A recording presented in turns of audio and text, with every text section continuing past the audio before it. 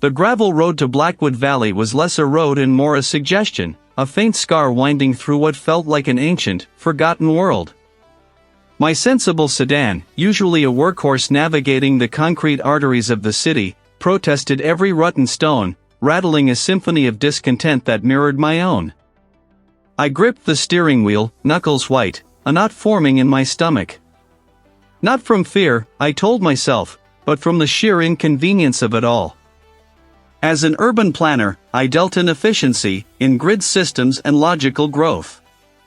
This was the antithesis: decay, isolation, and a complete lack of any discernible infrastructure.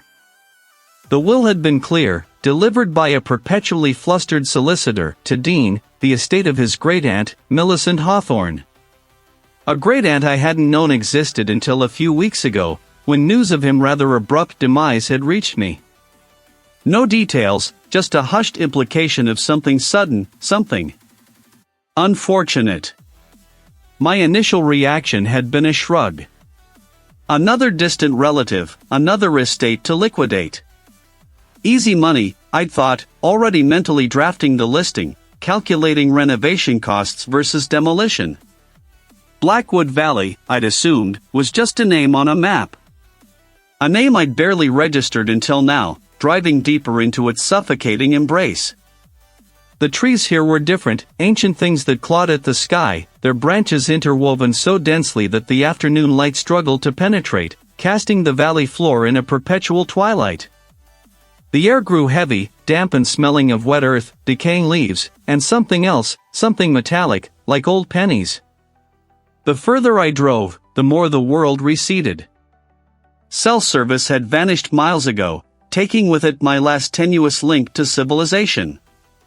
I was truly alone, a fact that would have thrilled my colleagues, who often joked about my need for constant connectivity.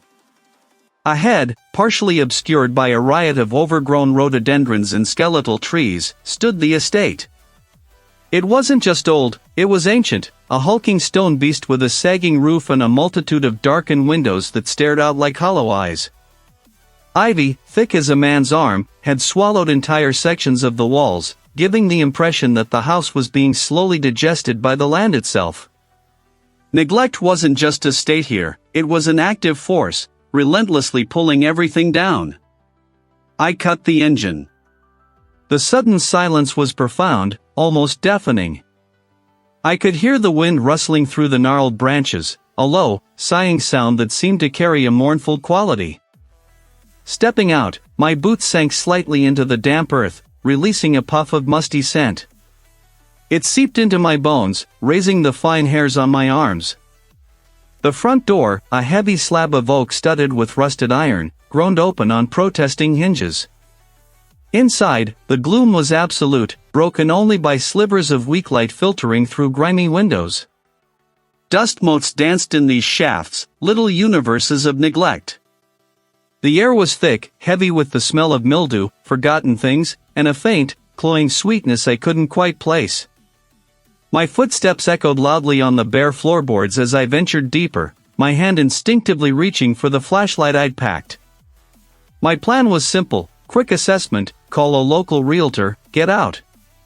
But as I moved through the silent, cavernous rooms, a prickle of unease began to replace my earlier cynicism.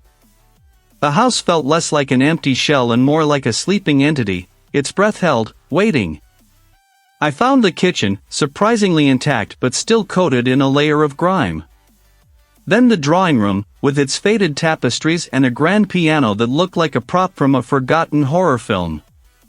Every room was a testament to a life I couldn't comprehend, a life lived so far removed from the orderly world I knew. I pushed open a heavy door at the back of the ground floor, assuming it led to a pantry or perhaps a utility room. Instead, my flashlight beam cut through a corridor leading down a short flight of stone steps. A different smell hit me here: oil, metal, and something vaguely acrid, like burnt insulation. And then, a low, rhythmic hum, almost imperceptible at first, vibrating through the stone floor beneath my feet. My urban planner's instincts, usually so reliable, stumbled.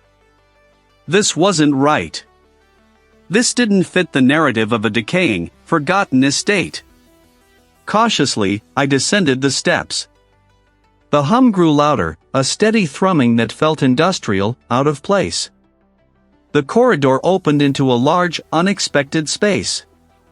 This was a workshop with power tools and guards. My breath hitched. The tools themselves were an anomaly, gleaming, well-maintained saws, drills, grinders, all plugged into a surprisingly robust power grid that hummed with life. But it was the guards that stole the air from my lungs. Not men in uniforms, not obvious security personnel. They were just figures. They stood utterly still, like statues, their backs mostly to me, facing inward towards the center of the workshop, as if observing something I couldn't yet see. No movement, no sound from them, just their silent, imposing presence. My pragmatic brain tried to construct a logical explanation. Squatters? A clandestine operation? But the sheer cleanliness of the tools, the deliberate arrangement, the silent, unmoving sentinels, it all defied easy categorization. My great-aunt, the recluse, had run a workshop? With guards? The hum of the machinery, the metallic tang in the air, the unsettling stillness of the hooded figures, it coalesced into a single, undeniable feeling. I was not alone here, and whatever was happening in this place, it was profoundly, terrifyingly wrong. The sedan coughed its last protest, rattling to a halt on a weed-choked drive that was once, I imagined, a grand approach. Blackwood Manor loomed, a skeletal silhouette against the bruised twilight sky. Paint peeled in long, leprous strips from its clabbered skin, and the porch sagged, a broken jaw. My urban planner's eye immediately tallied the monumental cost of renovation, confirming my initial assessment: demolish and sell the land. I killed the engine. I pulled my duffel bag from the trunk, the sharp click of the latch echoing loudly in the oppressive stillness. The front door, a heavy slab of oak, groaned open with a reluctant sigh, as if the house itself were exhaling. Inside, the air was cold, stagnant, thick with the scent of dust, mildew, and something else, something subtly unsettling, like dried flowers in a forgotten crypt. Cobwebs draped like macabre lace from every chandelier, and ghostly white sheets covered what I assumed were antique furnishings. I navigated to what might have been the living room, pulling back a sheet from a dusty armchair. As I sat, the old springs gave a soft, almost human groan. It wasn't mine. I'd never seen it before. I must have picked it up somewhere. Maybe it fell out of a box in the trunk of the car. I shrugged, tossing it onto the dusty table beside me. Then, a faint sound, like a soft scrape, came from the hallway. I froze. My rational mind immediately went to rats, squirrels, the usual inhabitants of abandoned properties. I shone my flashlight down the hall. Nothing. I waited, holding my breath, straining to hear. The house was silent again, save for the rhythmic drip, drip, drip of a leaky faucet somewhere deep within its labyrinthine structure. I dismissed it. Old houses settle. Dust motes dance in the light. That's all it was. Still, an odd prickle crawled up my neck.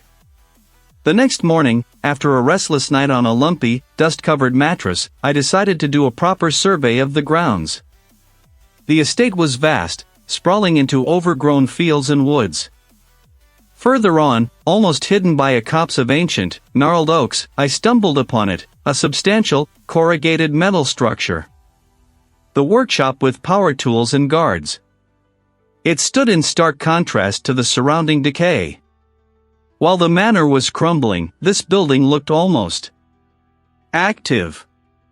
The metal siding was new, the roof intact, and a faint hum, barely audible, emanated from within. Around its perimeter, I noticed motion sensors affixed to poles, and at the entrance, a small, prefabricated hut, like a security booth, though it appeared empty now. The door to the workshop itself was a heavy, reinforced steel slab, secured by multiple padlocks. It wasn't just locked, it felt protected. Why would such a secure, seemingly well-maintained building be here, in the middle of this desolate, forgotten estate? And who would be guarding it? As I stood there, pondering the oddity, a figure emerged from the dense woods nearby, startling me. He was an older man, gaunt, with a weathered face that looked like it had been carved from the very rock of the valley. He wore faded overalls and carried a battered hat in his hands, twisting it nervously. His eyes, a startling pale blue, seemed to take in everything about me at once, a deep, unsettling scrutiny. "You're the new owner, I reckon," he said, his voice raspy, like dry leaves skittering across stone. He didn't introduce himself, and I didn't ask. I just nodded. "Dean. Just here to get things in order. Planning to sell." He grunted, a sound that held no agreement, no disagreement, just a weary acknowledgement. He glanced towards the workshop, then back at me, his gaze lingering. "Blackwood Valley. It has a way of holding onto things." I frowned.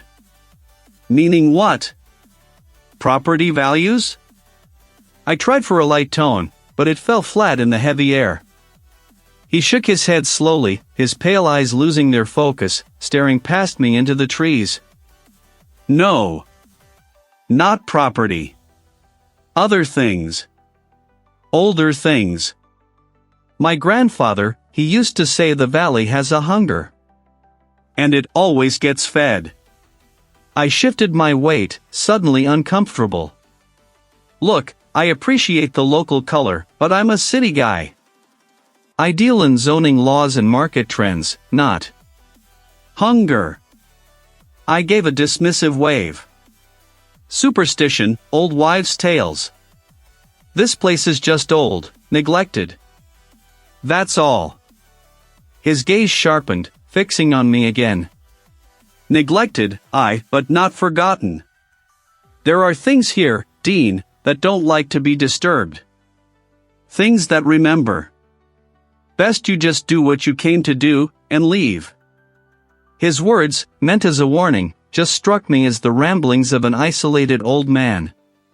The valley certainly felt forgotten, but hungry? Remembered? It was nonsense. Yet, as I walked back towards the manor, the metallic, sweet smell seemed stronger, and the quiet of the valley no longer felt peaceful, but watchful. And that faint scrape I'd heard last night?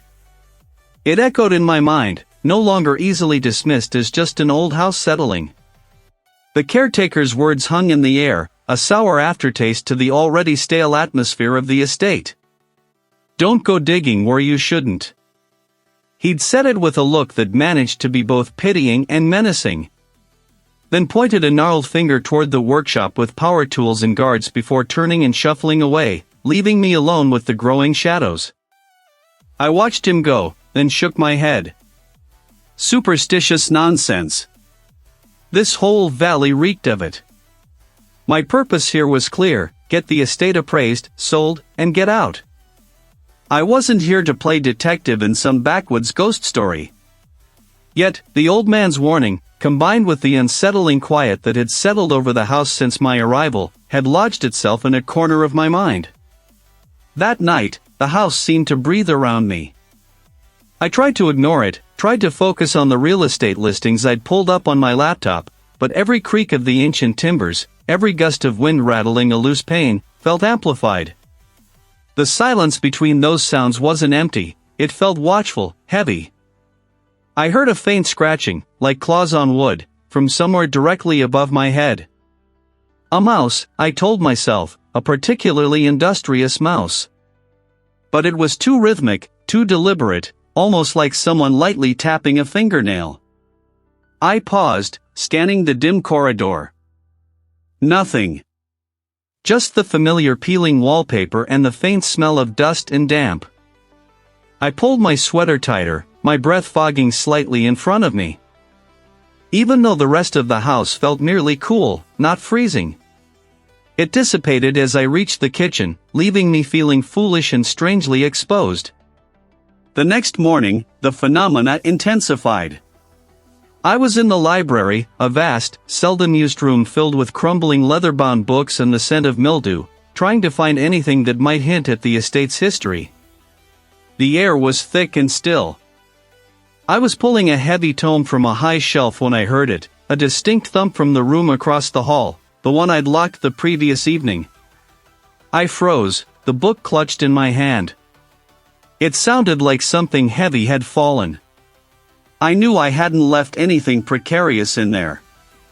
Slowly, I made my way to the door. The lock was still engaged, just as I'd left it. I hesitated, then unlocked the door and pushed it open.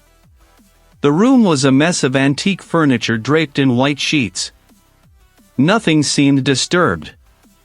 But then I noticed it, a small, intricately carved wooden bird, perched on the mantelpiece, now lay shattered on the hearth. I remembered seeing it intact yesterday, its tiny glass eyes glinting in the afternoon light. It had been placed carefully, far from the edge. There was no way it could have simply fallen. My skepticism, usually a sturdy shield, began to crack. This wasn't mice, or drafts, or an old house settling. This was deliberate. A prickle of unease started to spread through me, morphing into a determined resolve. The caretaker's words echoed, "Don't go digging where you shouldn't." Maybe I should. Maybe the only way to make sense of this unsettling place was to confront its past. I started my research in earnest, not just for appraisals now, but for answers. The estate had a small, forgotten study tucked away behind the main sitting room, crammed with dusty files and overflowing bookshelves. I spent hours sifting through decades of forgotten documents, property deeds, tax records, anything that might hold a clue. Most of it was mundane, but then, tucked away in a locked mahogany desk drawer, hidden beneath a stack of brittle invoices from the 1920s, I found a small, leather-bound journal. Its pages were yellowed and fragile, covered in elegant, looping script. The first entry was dated 1888. The journal belonged to a former owner, a woman named Eleanor. Her early entries were innocuous enough, detailing daily life, garden plans, social calls.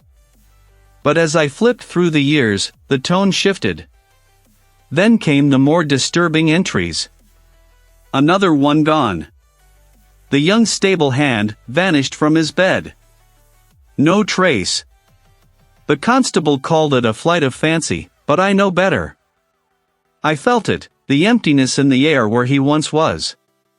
A few pages later, the livestock are not well. The shepherd found the lambs mangled. Not the work of any wolf I know. And the markings. Like claw marks, but too large, too deliberate.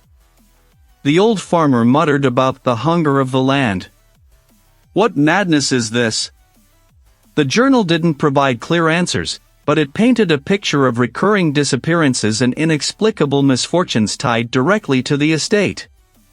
Eleanor's entries grew more frantic, her script becoming jagged and spidery. She mentioned the cycle, the demands, and a desperate fear of the reckoning. She wrote of terrible accidents befalling those who stayed too long, or those who tried to leave. And it is coming for me. The date was 1903. I closed the journal, my fingers trembling slightly. This wasn't just bad luck. This was a pattern, a horrifying echo of my own growing unease. And I had a sickening feeling that I was only just beginning to understand what that meant. Eleanor's final entries were a frantic scribble, a spider web of ink crawling across the brittle pages. My breath hitched as I strained to decipher the last few words. The lure. It demands. The offering. The valley. It remembers. The cycle. Begins anew. He will be next. He must not. Dean. My name. Scrawled, underlined, almost torn through the paper. A chill, unlike any I'd felt before, crawled up my spine and settled in my gut. It wasn't just a ghost story anymore, it was a direct warning, a prophecy, and I was the subject. The journal fell from my trembling fingers, landing with a soft thud on the dusty floorboards. The air grew heavy, thick with the scent of damp earth and something else, something metallic and faintly sweet, like old blood. I stood frozen, my eyes darting around the study. The shadows seemed to deepen, clinging to the corners of the room, writhing with unseen movement. A floorboard creaked above me, a slow, deliberate groan that wasn't the house settling. I knew it. There was someone else here? Had they been watching me? I reached for the heavy brass letter opener on the desk, my fingers fumbling around its ornate handle. It was pathetic, I knew, but it was all I had. I had to get out, had to leave this place. But as I moved towards the door, a low, guttural growl echoed from somewhere deep within the walls. It wasn't an animal. It was too deep, too resonant, like the earth itself was clearing its throat. The growl intensified, vibrating through the floor, through my very bones. Then, a sudden, violent gust of wind slammed the study door shut, rattling the frame. The latch clicked, loud and final. I lunged for the handle, twisting it, pulling, but it wouldn't budge. It was locked. Trapped. The growling continued, a low thrum that seemed to emanate from everywhere and nowhere. Eleanor's journal. There had to be more. I snatched it up, my hands shaking so badly I almost dropped it again. Below it, a single, etched word: lure. The word repeated in my mind. The lure. Was it a place? A thing? The map pointed to an old, dilapidated structure on the far edge of the property, partially obscured by overgrown trees. The house seemed to sense my new objective. The growling intensified, and a heavy, ornate mirror on the wall above the fireplace suddenly detached itself, crashing to the floor with a deafening shatter. Shards of glass flew, embedding themselves in the antique rug. I flinched back, my heart leaping into my throat. This wasn't just a draft or old wiring, this was deliberate. The house was actively trying to keep me from leaving, from finding out more. I wouldn't be deterred. My determination, now mixed with a potent cocktail of fear and adrenaline, pushed me forward. The growling receded slightly, as if the house was momentarily surprised by my defiance. A thick fog had rolled in, clinging to the ancient trees and shrouding the distant hills. I followed Eleanor's crude map, my breath pluming in the frigid air, the crowbar clutched tight in my hand. The path was overgrown, thorny branches tearing at my jacket. The fog distorted everything, making the familiar grounds alien and menacing. Finally, a hulking silhouette emerged from the mist, a long, low building, its windows boarded up, its paint peeling in strips.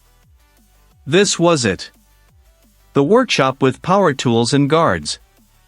As I approached, a low hum became audible, a rhythmic thrumming sound that vibrated through the ground. It sounded like heavy machinery, recently active. The air here was different, too, a strong, metallic tang mixed with the acrid scent of oil and something vaguely organic, like old meat. A flicker of movement caught my eye. Two figures, large and indistinct in the swirling fog, stood near the main entrance of the workshop. They weren't moving, just standing there, like sentinels. Their forms were bulky, their faces obscured by the swirling mist, but I could feel their presence, a heavy, watchful weight. Guards. Actual people. My mind reeled. Who were they? What were they guarding? I ducked behind a gnarled oak, my heart pounding a frantic rhythm against my ribs. I couldn't just walk in. These weren't scarecrows. I waited, watching them, trying to discern if they were armed, if they had seen me. Now was my chance.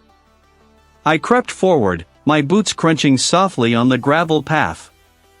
The humming sound was louder now, coming from inside. I pushed the door open, wincing as the rusty hinges. shrieked.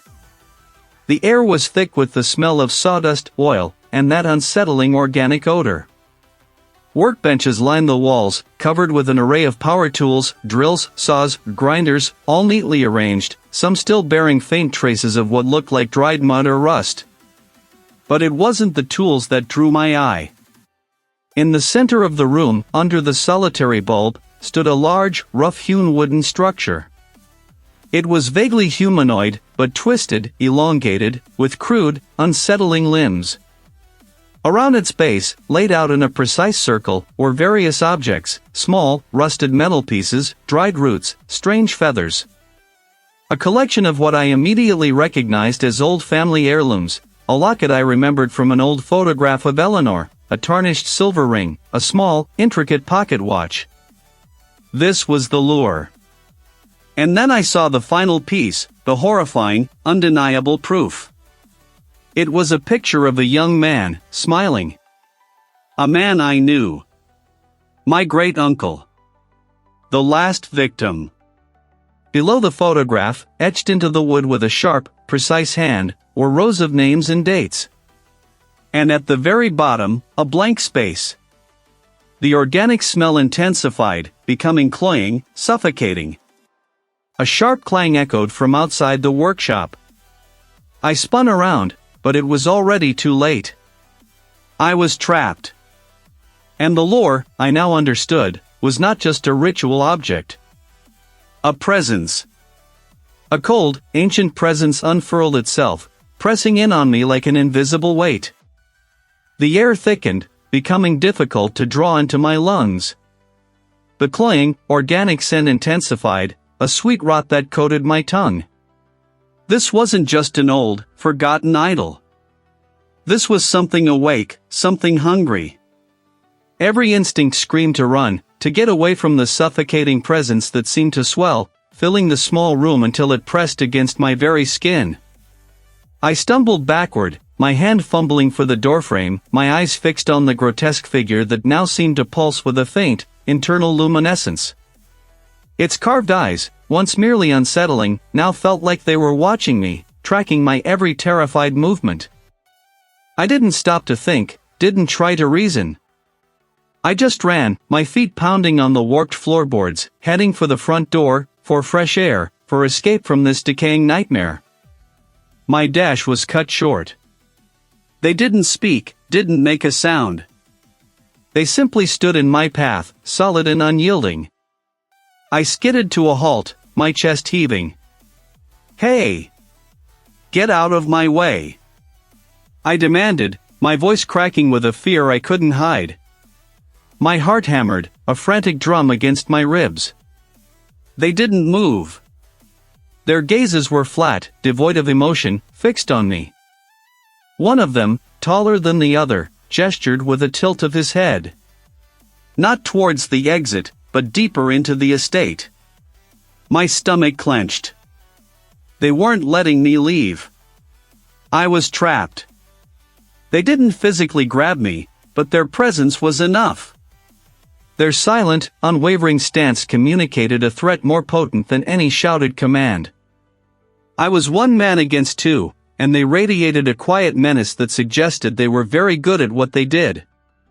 My options were zero. With a defeated sigh that rasped in my throat, I allowed them to guide me. We moved through a labyrinth of dusty corridors I hadn't properly explored, past doors that were either locked or simply ignored. The air grew heavier, smelling faintly of oil and old wood, a different kind of confinement than the musty scent of the main house. Finally, they stopped before a heavy, unmarked door.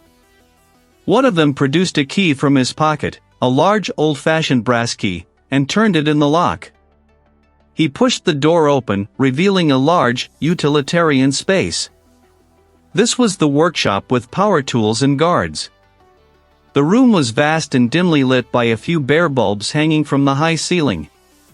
Workbenches lined the walls, cluttered with an assortment of drills, saws, grinders, and various other metalworking and woodworking implements. The air was thick with the scent of sawdust, machine oil, and something else, a faint, metallic tang. Like old blood, barely discernible beneath the stronger industrial smells. Two more of the silent figures stood near the back, their forms indistinct in the gloom, watching. My escorts led me to the center of the room, then melted away to join the others, forming a silent perimeter. I spun slowly, taking in my surroundings. The windows, I noted with a sinking heart, were high up, small, and barred with thick iron grates. The main door, the one I just entered, now had two guards standing directly in front of it. There was no other exit I could see. My eyes scanned the tools, each one capable of inflicting serious harm. As I stood there, a strange shift occurred in the atmosphere of the room. It was similar to the effigy's thrum, but more diffuse, as if the entity's presence was now woven into the fabric of the building itself. A tremor ran through me. I wasn't just physically trapped by these silent guards, I was trapped by it. The estate wasn't just old, it was alive, and it had claimed me. My gaze fell upon a section of the workbench that seemed different. Beneath a layer of sawdust and grime, intricate carvings were etched into the wood. Not random doodles, but symbols. Ancient, geometric patterns intertwined with crude, stylized figures. Figures that looked unsettlingly familiar to the effigy. And then, a series of smaller, more detailed carvings, human faces. Faces contorted in fear, in agony. I leaned closer, wiping away the dust with my sleeve. The carvings depicted a cyclical narrative. The entity, represented by a swirling vortex of lines, demanding tribute. The valley, shown as a crude outline, offering up its people. And then, a recurring motif, a specific family crest, carved repeatedly, always accompanying the figure of the sacrifice. It was a crest I recognized, one I'd seen on some of the old, tarnished silverware in the manor's dining room, and, with a sickening jolt, on a signet ring my distant relative had worn in an old photograph. My family's crest. My hands began to tremble uncontrollably. This wasn't just a local legend. This was a family curse. I saw myself in the carvings. Not literally, but in the progression. The last carved face, though crude, held an eerie resemblance to my own features, the same strong jawline, the slightly arched nose. It was undeniable. My inheritance wasn't a windfall, it was a summons. My relative's mysterious death wasn't an accident, it was the completion of a cycle. And I, Dean, the cynical urban planner who thought he could simply sell this land and walk away, was the next in line. The ancient entity, tied to this cursed soil, demanded a recurring sacrifice, and it had been waiting for me. I wasn't just trapped, I was marked. I was the target. I was the sacrifice. A choked sound escaped my throat, somewhere between a sob and a gasp. The power tools on the benches, once innocuous, now looked like instruments of torture. The silent guards, impassive and unmoving, were not jailers, but ritual attendants. I was no longer an heir, I was prey. The trap had not merely closed, it had sealed me within its ancient, hungry maw. And there was no escape.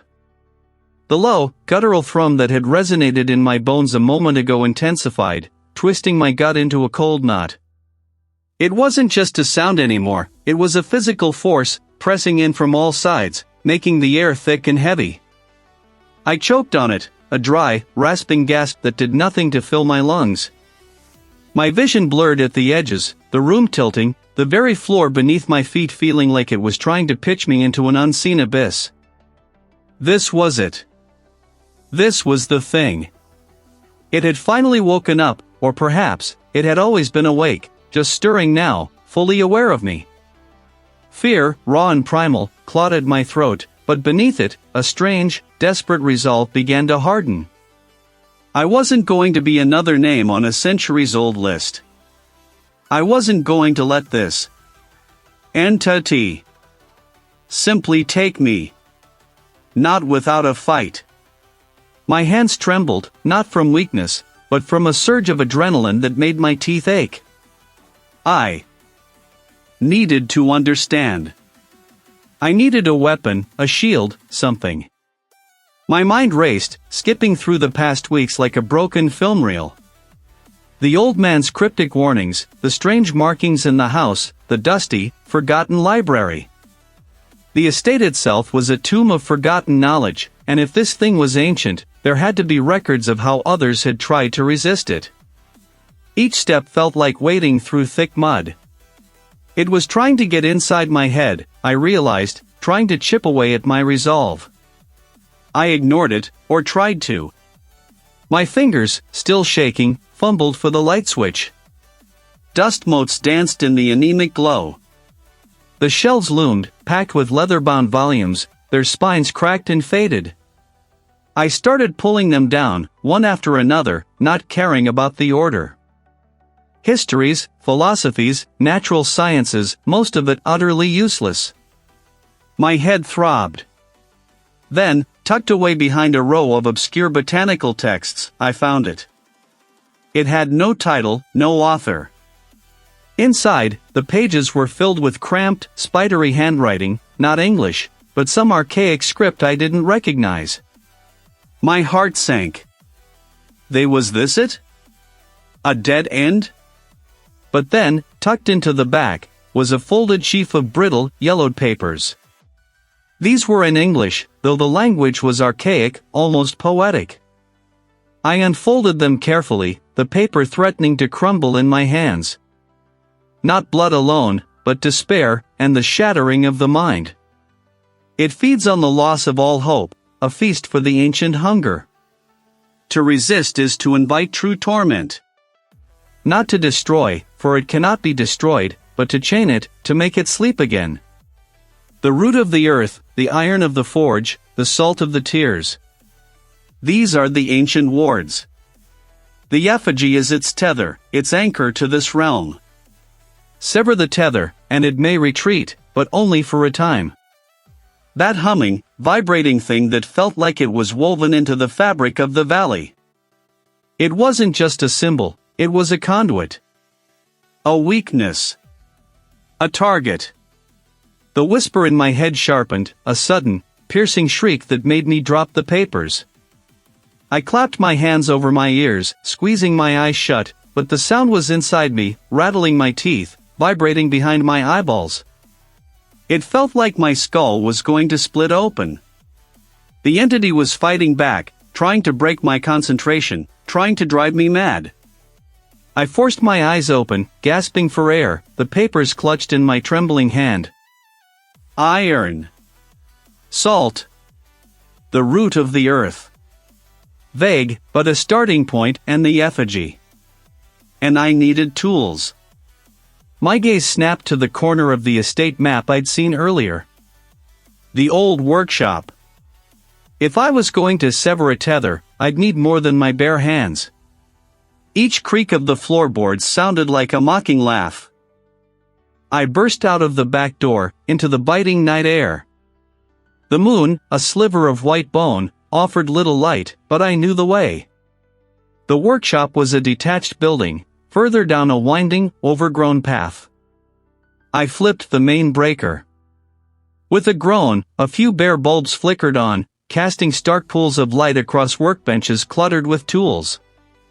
Saws, drills, grinders, welding equipment, everything a person could need to build or dismantle. This was the workshop with power tools and guards. Two burly figures, security personnel hired by the estate manager, were visible at the far end, huddled around a portable heater, playing cards. They barely looked up when I entered, accustomed to my late-night wanderings. They were here to keep trespassers out, not to protect me from an ancient, invisible horror. They offered a strange sense of false security, a thin veneer of normalcy in a world that had utterly shattered around me. I grabbed a heavy-duty angle grinder, its cold metal a reassuring weight in my hand.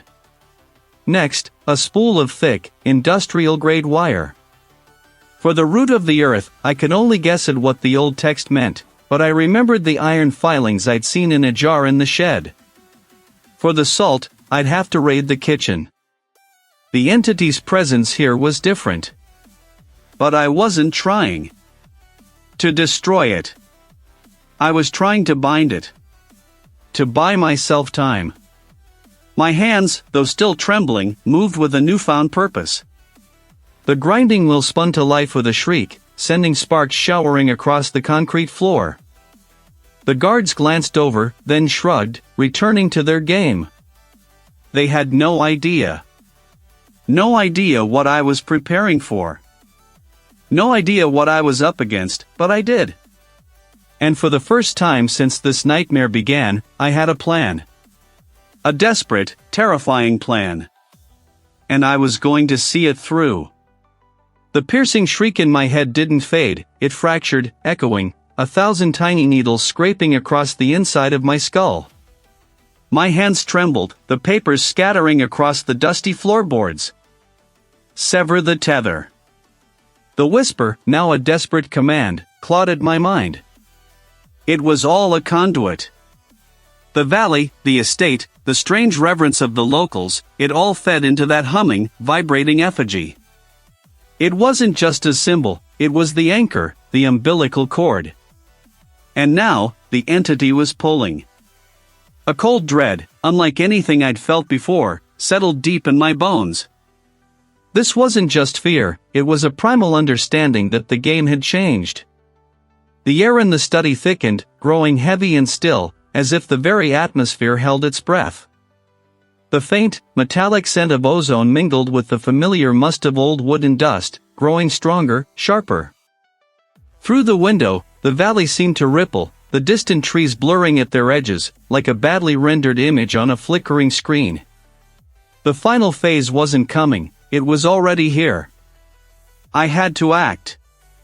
My plan, cobbled together in frantic moments of clarity amidst the encroaching madness, felt impossibly fragile.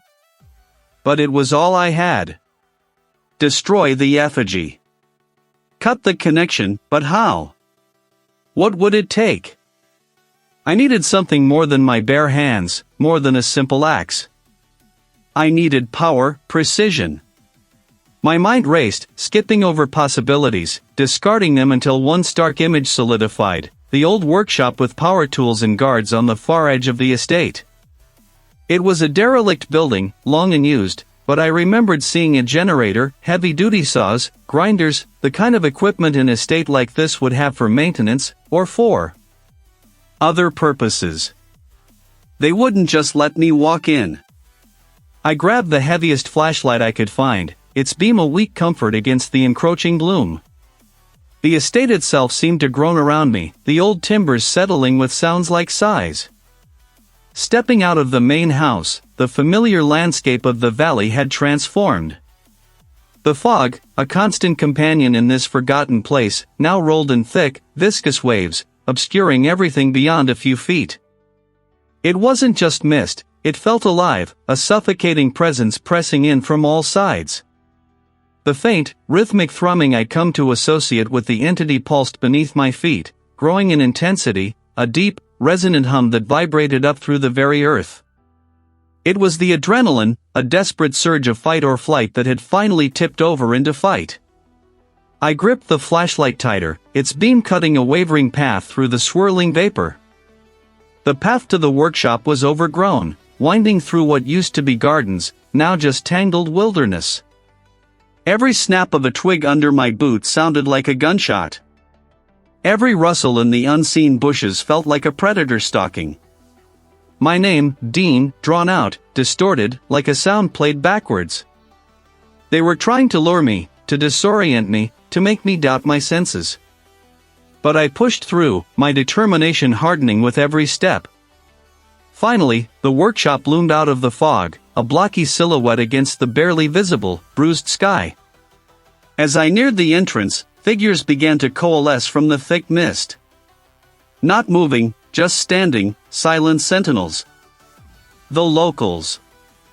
Their faces were indistinct in the gloom, but their posture was unmistakable, stiff, unblinking, their bodies angled towards me. They were the guards. They weren't armed in any conventional sense, but their sheer presence, their unwavering stillness, was more menacing than any weapon. Their eyes, I imagined, were fixed on me, reflecting the faint, pulsing glow that now emanated from deeper within the valley, a sickly green luminescence that painted the fog.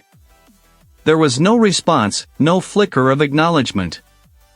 They just stood, a silent, living wall. Then, one of them, a gaunt, older man I recognized from the general store, slowly raised a hand. His arm was skeletal, his fingers gnarled. He pointed, not at me, but past me, back towards the estate house. A silent command. Turn back. No, I said, my voice gaining strength. Not this time. I didn't wait. I lunged, not at any specific person, but through the gap between two of them. They moved with a surprising, fluid speed, not to stop me, but to simply block me, their bodies shifting into my path like living, unyielding wood. I shoved, pushed, feeling the surprising strength in their lean frames. They were like puppets, animated by some unseen force, their faces utterly devoid of emotion. I broke through, stumbling, crashing against the heavy metal door of the workshop. It groaned on rusty hinges, but held. Adrenaline flooded my system.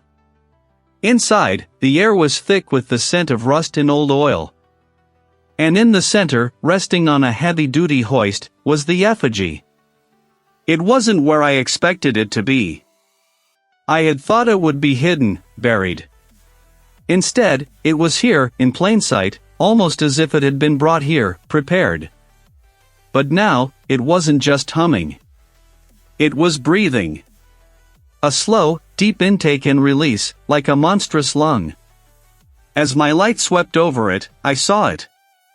Woven into the effigy's structure, almost imperceptible at first, were strands of what looked like braided hair, human teeth, and fragments of bone. Not just symbolic, I realized with a jolt of pure horror. These weren't just representations, they were actual remnants. The tether wasn't just a spiritual connection, it was a physical, grotesque amalgamation of the sacrificed. This thing was built from the very victims it consumed. My stomach churned, but I fought down the nausea. This was it.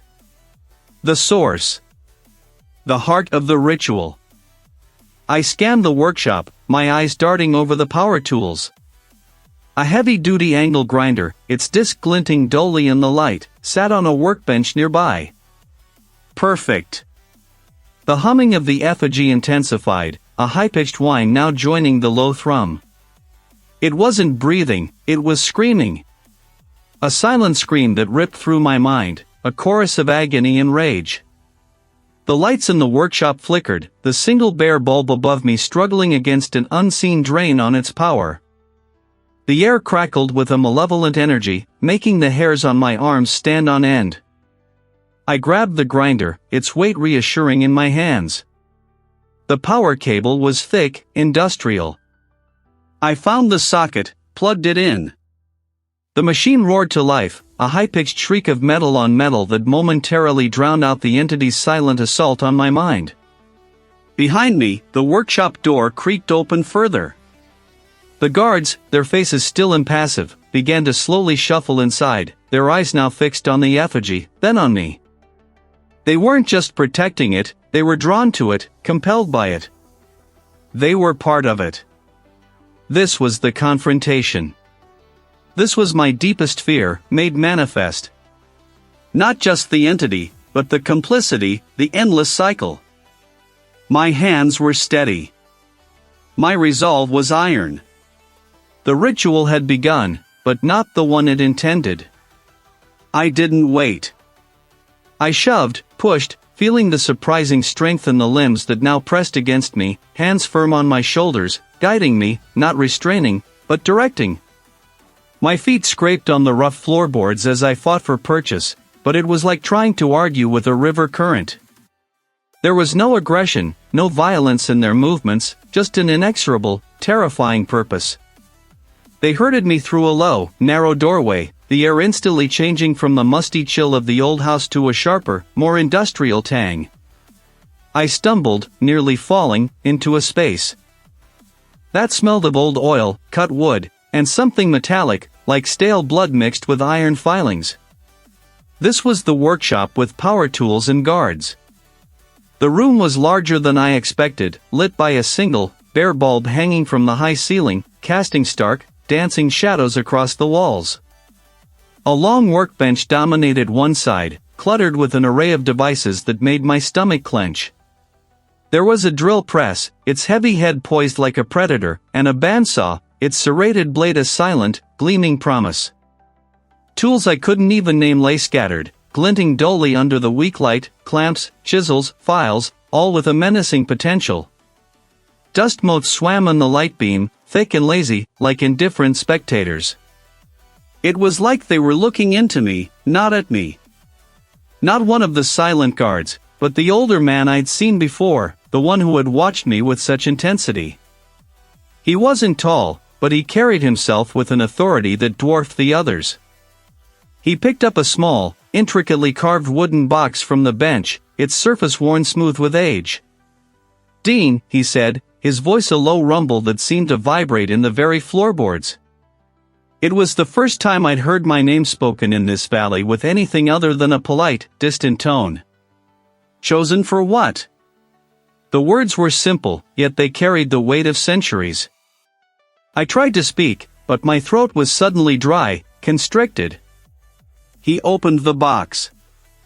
It was shaped like an eye, not human, but something elongated, almond-shaped, with a pupil that seemed to swirl and shift even in the dim light. My gaze snagged on it, and a sudden, sickening wave of nausea washed over me. It wasn't just metal, it felt alive, buzzing with a malevolent energy that pressed in on my skull. "The valley demands," the old man continued, his voice now taking on a hypnotic, rhythmic quality. "It has always demanded a life for its own." He smiled then, a slow, unsettling curve of his lips that didn't reach his eyes. "It sleeps, yes, but it dreams. And its dreams are hungry." Your relative, he understood. He knew his time was near. He tried to prepare, to find a replacement. But he was weak. He failed. And so, the valley called for you. Its blood runs in your veins. Its legacy is yours to embrace. The reveal hit me like a physical blow. Not just a random target, but me. Because of my family. Because of the bloodline. My relative hadn't just died, he'd failed the ritual, and I was the designated successor, the next meal. The air in the workshop grew heavy, thick with an unseen presence.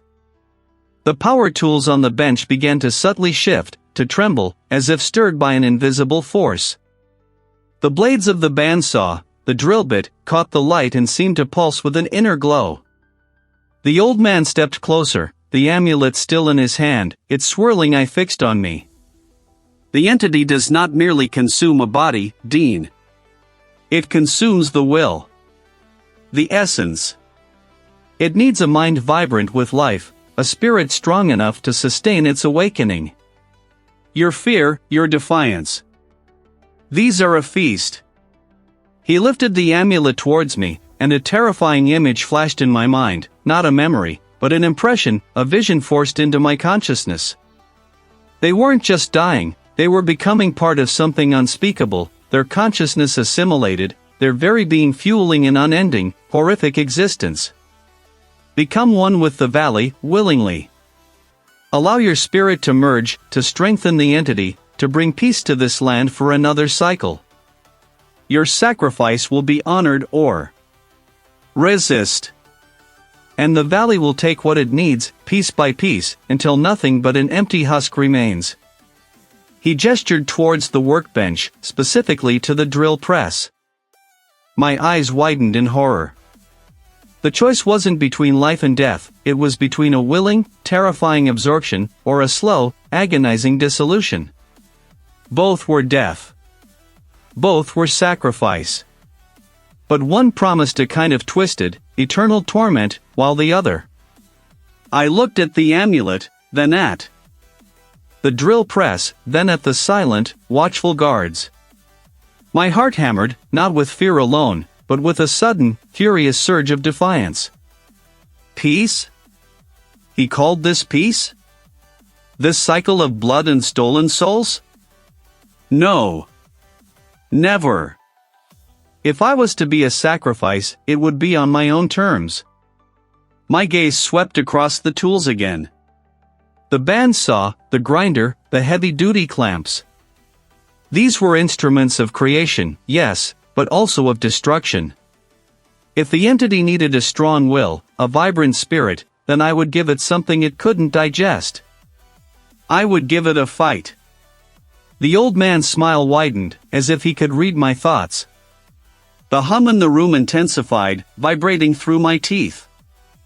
I could feel the entity's presence now, a vast, ancient consciousness unfurling, tasting my fear, my defiance, eager for the meal. I made my decision. If I was to be consumed, I would go down trying to sever the very throat of this beast, even if it meant tearing myself apart in the process. This wasn't appeasement. This was war. Peace? He called this peace? This cycle of blood and stolen souls? No. Never. My gaze snapped back to the amulet. It wasn't just a trinket, it was a focal point, a symbol of their dominion. My eyes darted between the guards, their faces impassive, and the heavy, cold metal of the drill. I saw the power switch, a red button set into a greasy panel. A sudden, desperate clarity washed over me. Not me. Not my flesh, but this thing. This ritual. With a ragged cry that tore from my throat, I lunged, not at the guards, but past them, a blur of frantic motion. My hand slapped against the drill press's housing, searching, fumbling for the switch. The guards were closing in, their heavy boots thudding on the floor. I felt a rough grip on my arm, then another, but I twisted, adrenaline surging through me like a jolt of electricity. My fingers found the switch. Click. The drill bit, poised above the metal plate where I was meant to lie, shuddered, then spun to life with a high-pitched whine that scraped against my eardrums. It wasn't meant to be turned on yet. The guards froze, momentarily confused by my unexpected action. This was my only chance. I didn't think. I just acted. With a desperate heave, I wrenched the amulet from my neck, the chain biting into my skin. It was heavy, strangely warm. I slammed it down onto the metal plate, directly beneath the spinning drill bit. The guards finally surged forward, a wave of dark uniforms, but I was faster. I grabbed the lever, the one that brought the drill down, and pushed with all my might. A sickening screech ripped through the air, a sound of grinding metal and splintering stone. The drill bit, meant for flesh, bit into the ancient, obsidian-like surface of the amulet. Sparks flew, a shower of angry orange and white against the dim light of the workshop with power tools and guards. The amulet didn't just break, it exploded. A silent force slammed into me, knocking the air from my lungs. A wave of profound stillness descended, heavier than any sound, colder than any ice. The hum of the drill press died. The sparks vanished. The guards, frozen mid-lunge, stood like statues.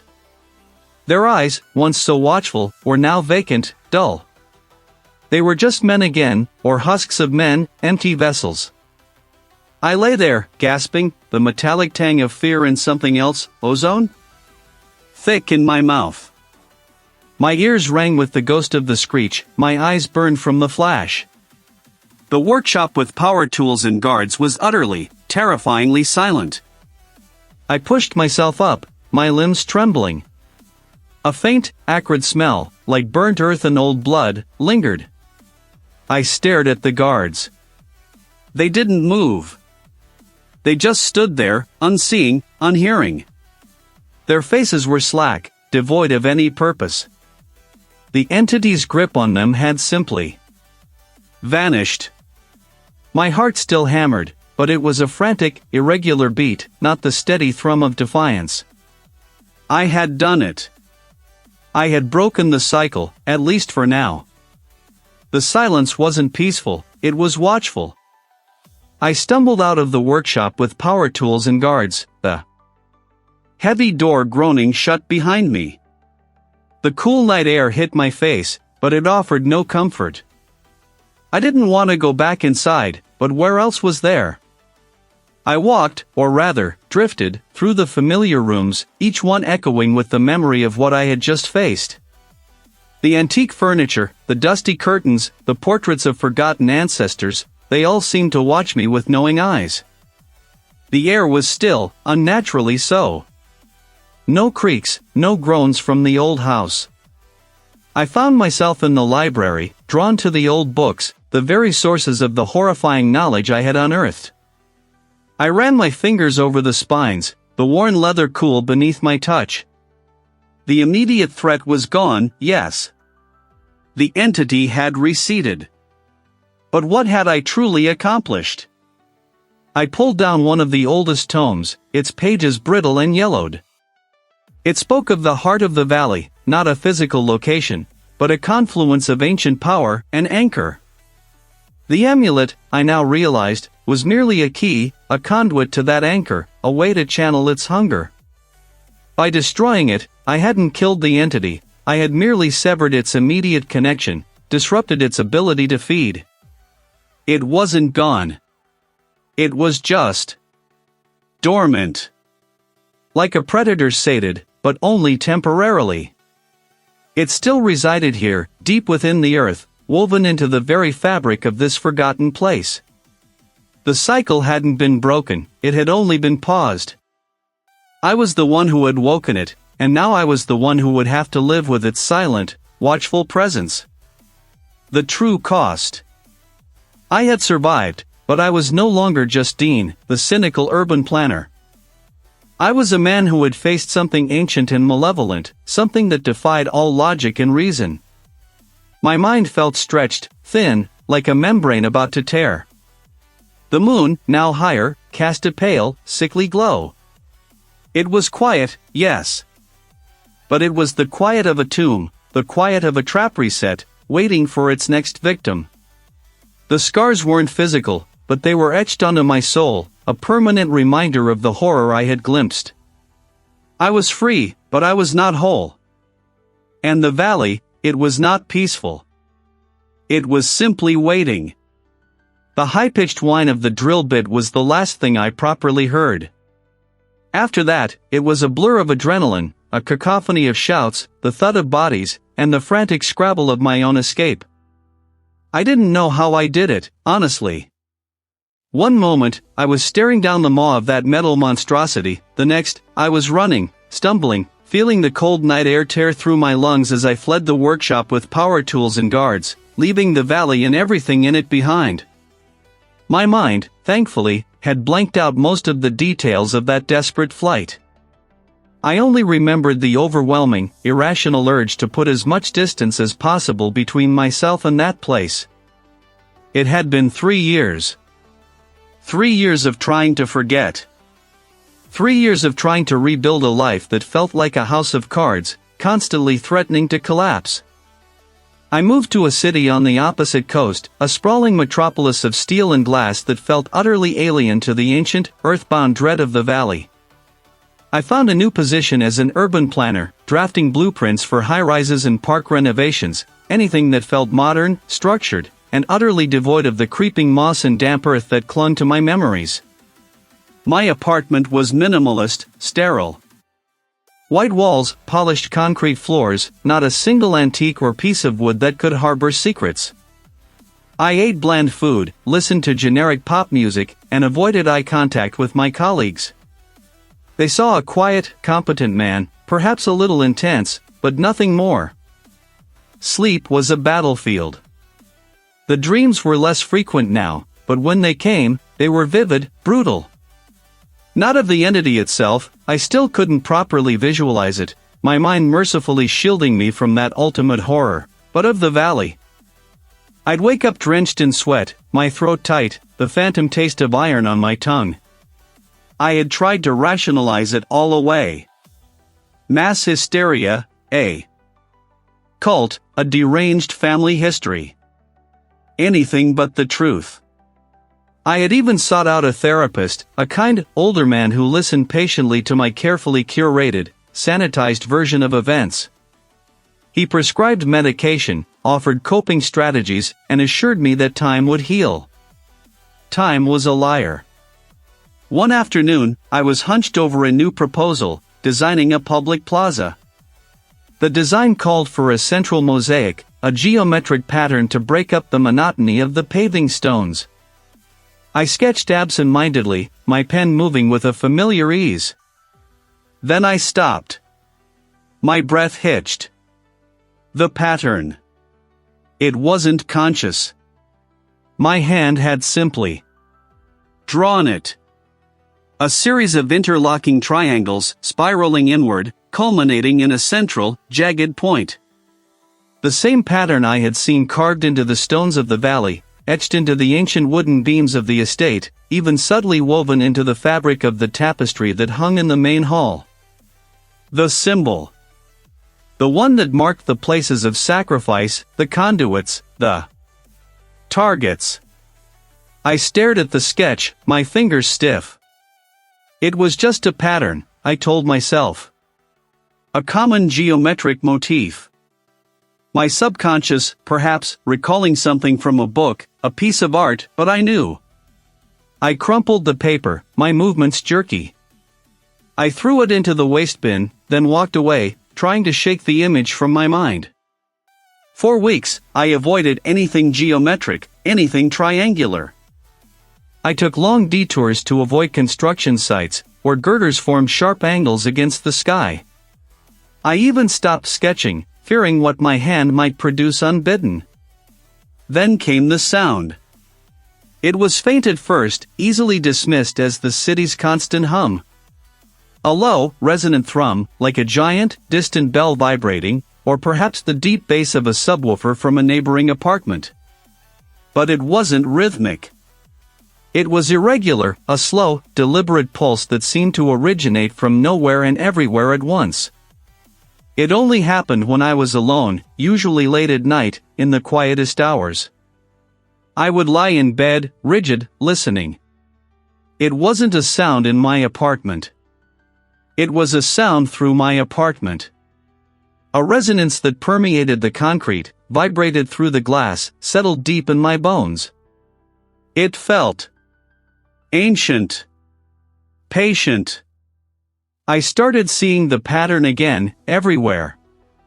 In the cracks of the sidewalk, in the condensation trails of planes against the evening sky, in the way a flock of birds would momentarily arrange themselves before scattering. It was a trick of the light, a figment of my fractured mind, I argued.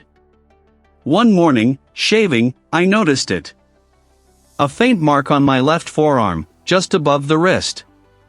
It wasn't a scar from an injury, nor a birthmark I'd ever noticed before. It was a small, reddish discoloration, barely visible, but unmistakable. A tiny, almost imperceptible line, then another, forming the beginning of a triangle. My hand froze, the razor poised. The entity hadn't been confined to the valley. It hadn't needed the land to claim me. It had simply waited. Waited for me to escape, to rebuild, to feel safe. Not a sound, not a voice, but a knowing, a creeping infiltration. I was no longer just Dean, the urban planner. I was a vessel, a living blueprint for its next cycle. The mark on my arm was proof. A quiet, insidious claim. The horror wasn't over. It had only just begun to manifest, carried within me, a seed waiting to sprout. And I was it.